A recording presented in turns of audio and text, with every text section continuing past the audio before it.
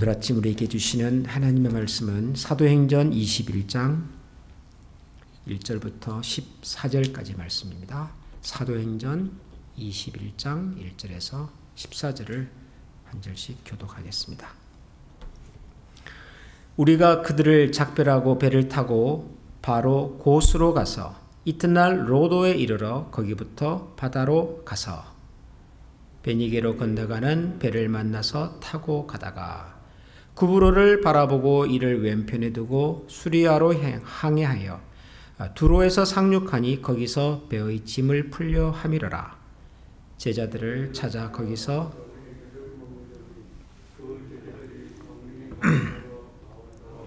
예루살렘에 들어가지 말라 하더라. 이 여러 날을 지낸 후 우리가 떠나갈새 그들이 다 그 처자와 함께 성문 밖까지 전송하거늘 우리가 바닷가에서 무릎을 꿇어 기도하고 서로 작별한 후 우리는 배에 오르고 그들은 집으로 돌아가니라. 도로를 떠나 항해를 다 마치고 돌레마이에 이르러 형제들에게 안부를 묻고 그들과 함께 하루를 있다가 이튿날 떠나 가이사라에 이르러 7 집사 중 하나인 전도자 빌립의 집에 들어가서 머무느니라. 그에게 딸 넷이 있으니 처녀로 예언하는 자라. 여러 날 머물며 있더니 아카보라 하는 한 선지자가 유대로부터 내려와 우리에게 와서 바울의 띠를 가져다가 자기 수족을 잡아매고 말하기를 성령이 말씀하시되 예루살렘에서 유대인들이 이같이 이 띠 임자를 결박하여 이방인의 손에 넘겨주리라 하거늘 우리가 그 말을 듣고 그곳 사람들과 더불어 바울에게 예루살렘으로 올라가지 말라고 하니 바울이 대답하되 여러분이 어찌하여 울어 내 마음을 상하게 하느냐. 나는 주 예수의 이름을 위하여 결박당할 뿐 아니라 예루살렘에서 죽을 것도 각오하였노라 하니 그가 고난을 받지 아니하므로 우리가 주의 뜻대로 이루어지이다 하고 그쳤노라. 아멘. 사도 바울의 선교여행 세 번째 선교여행을 마치고 예루살렘으로 올라가는 여정 중에 있습니다.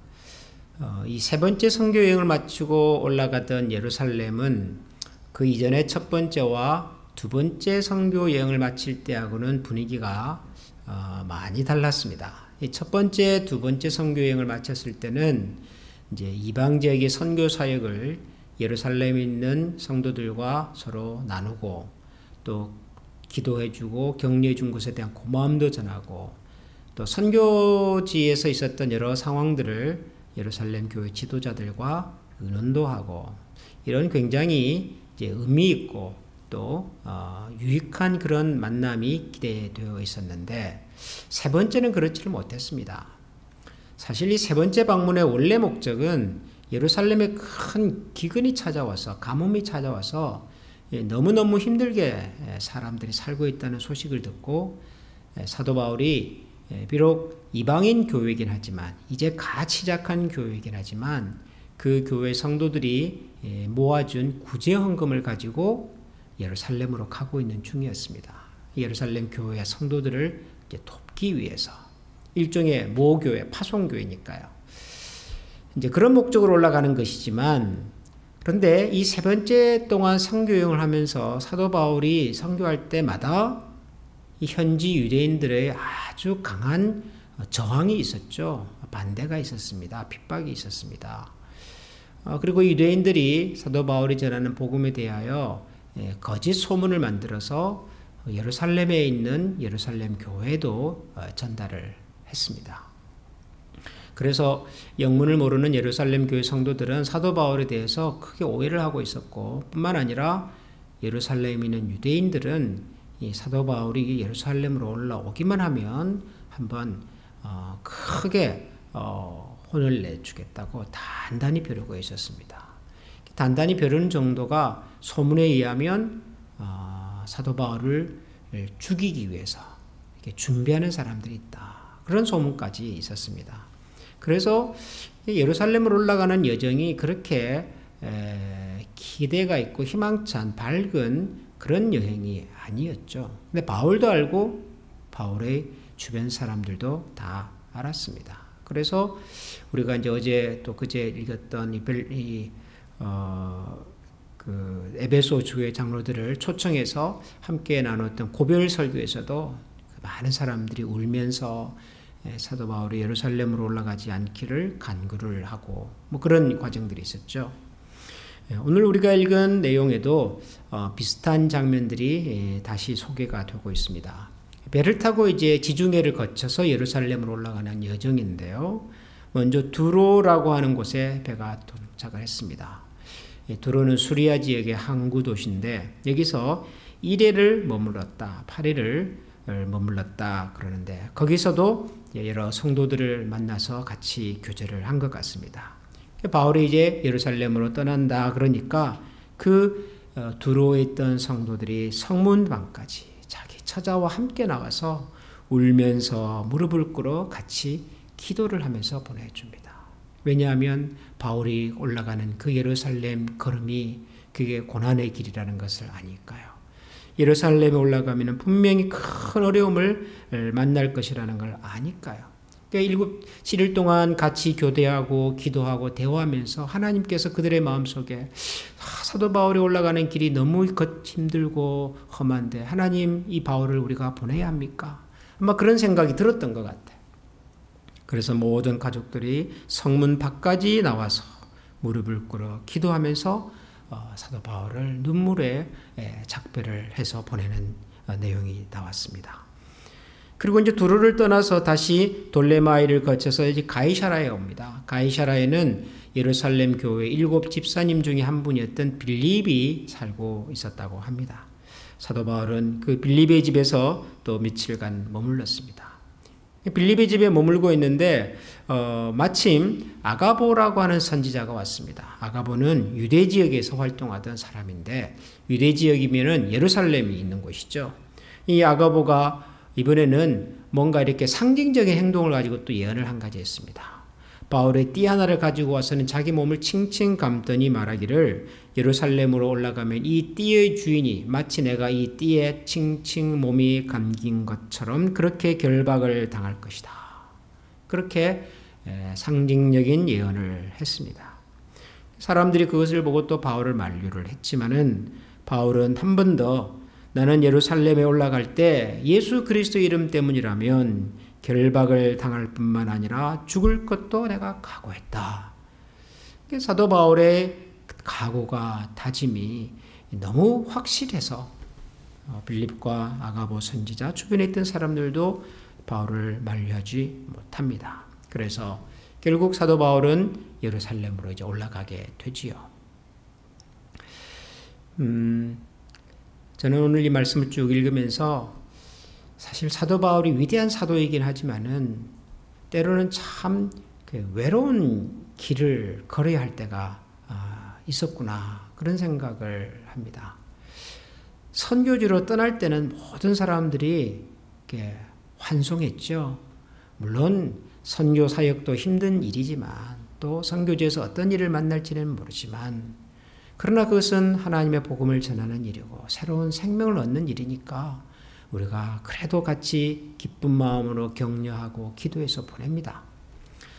가끔 교회에서 선교사님을 파송하는 파송 예배를 드릴 때 그럴 때가 있는데 그럴 때 보면은 분위기가 좀 이렇게 뭐랄까요 무겁지만은 그러나 희망을 가지고 축복하며 격려하면서 보내죠.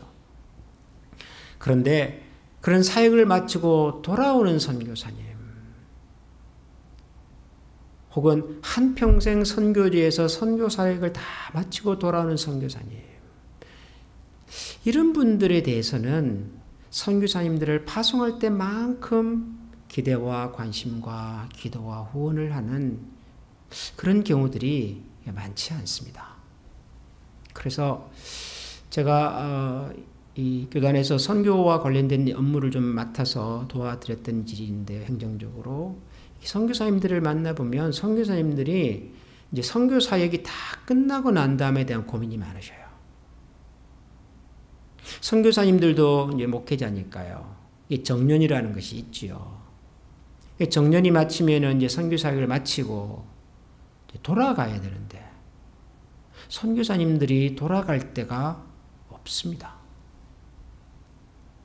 선교 사역을 위해서 선교지로 떠날 때 모든 것을 정리하고 선교 사역을 위해서 모든 것을 바치고 드리고 가셨기 때문에 집도 없고, 사실 그 이후로는 선교지가 고향인 거죠. 그때부터는 거기서 20년, 30년 평생을 사역을 하셨고, 그리고 이제 노년에 은퇴를 하셨는데 갈 데가 없어요.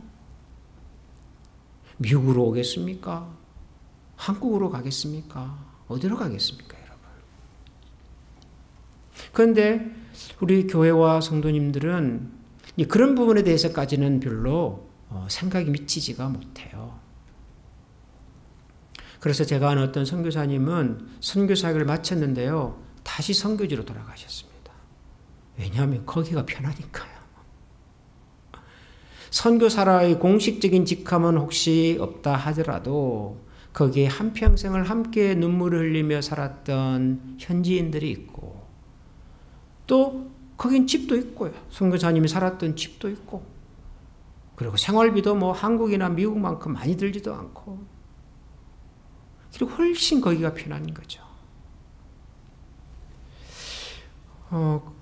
그런 참 선교사님들 이야기를 들으면서 우리가 선교사님들을 선교지로 파송하는 것도 참 중요하지만 그분들이 사역을 마치고 돌아올 때 그분들을 위로하고 격려하고 협력하는 것도 참 중요하겠구나, 그런 생각이 들었습니다.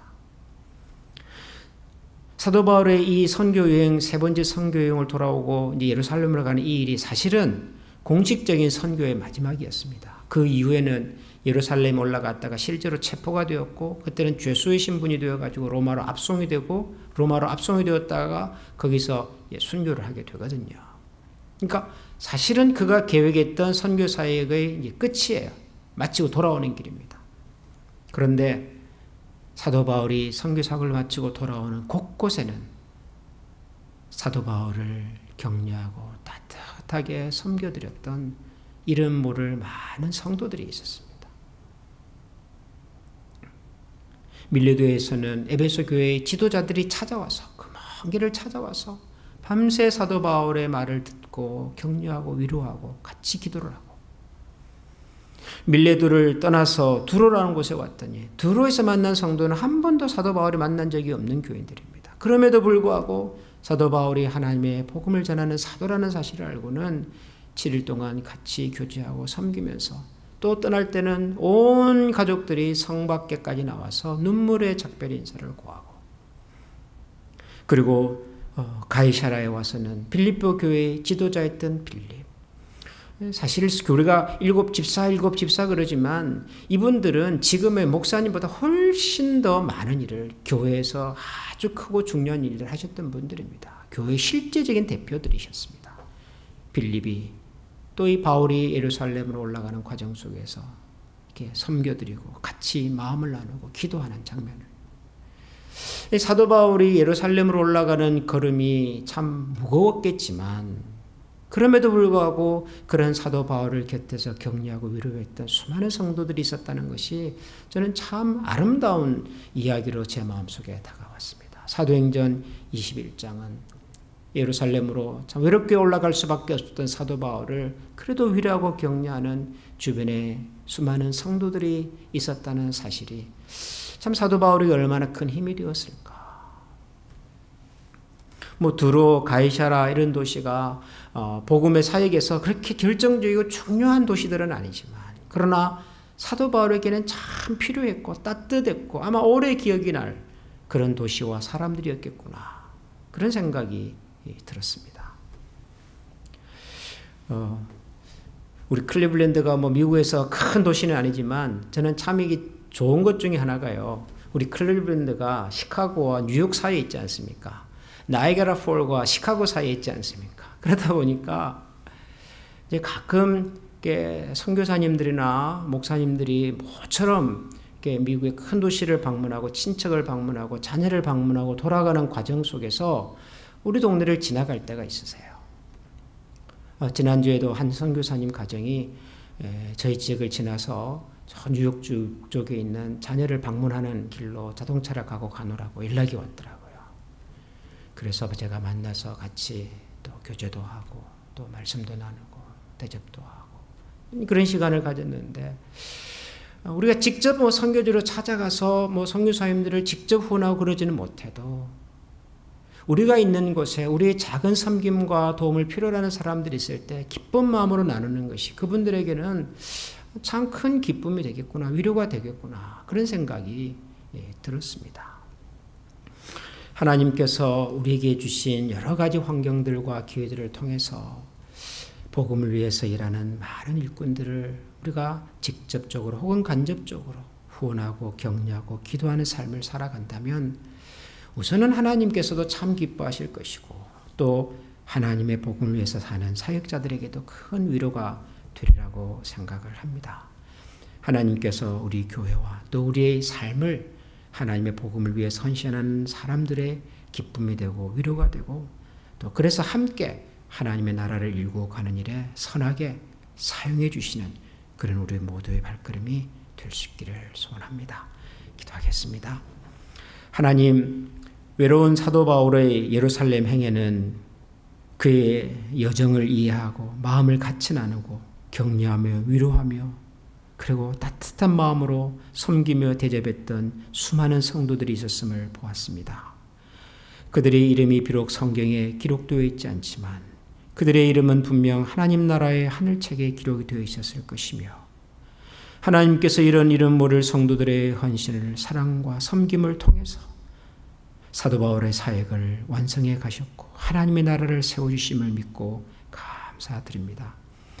하나님, 우리도 이 땅을 살아가면서 우리가 직접적으로도 하나님의 말씀을 전하고 복음을 증거하는 일에 헌신해야 하겠으나 하나님, 실제로 그런 사역을 위하여 힘쓰는 여러 일꾼들을, 주님의 나라 백성들을 저희들이 마음으로, 물질로, 시간으로 잘 섬겨드릴 수 있는 신실한 주의 종들이 되게 하여 주시옵소서.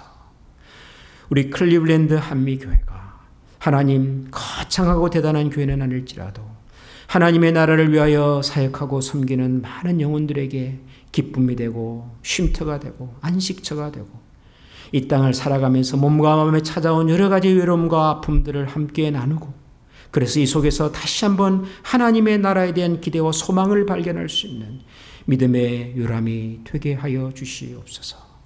지금도 하나님, 우리가 눈을 들어 사방을 돌아보면 우리의 도움과 기도가 필요한 많은 영혼들이 있음을 압니다. 저희들의 마음을 열어주시고 저희들의 손과 발을 열어주시고 그리하여서 하나님, 적지만 저희들의 작은 헌신을 통하여 하나님께서 세워가기를 원하시는, 위로하기를 원하시는, 품어가기를 원하시는 문 영혼들의 마음을 예수 그리스도의 사랑으로 잘 섬길 수 있는 귀한 우리 한미 가족이 되게 하여 주옵소서. 우리 구주 예수 그리스도 이름으로 기도합니다. 아멘. 하늘에 계신 우리 아버지, 아버지의 이름을 거룩하게 하시며 아버지의 나라가 오게 하시며 아버지의 뜻이 하늘에서와 같이 땅에서도 이루어지게 하소서. 오늘 우리에게 일용할 양식을 주시고 우리가 우리에게 잘못한 사람을 용서하여 준 것 같이 우리 죄를 용서하여 주시고 우리를 시험에 빠지지 않게 하시고 악에서 구하소서. 나라와 권능과 영광이 영원히 아버지의 것입니다. 아멘.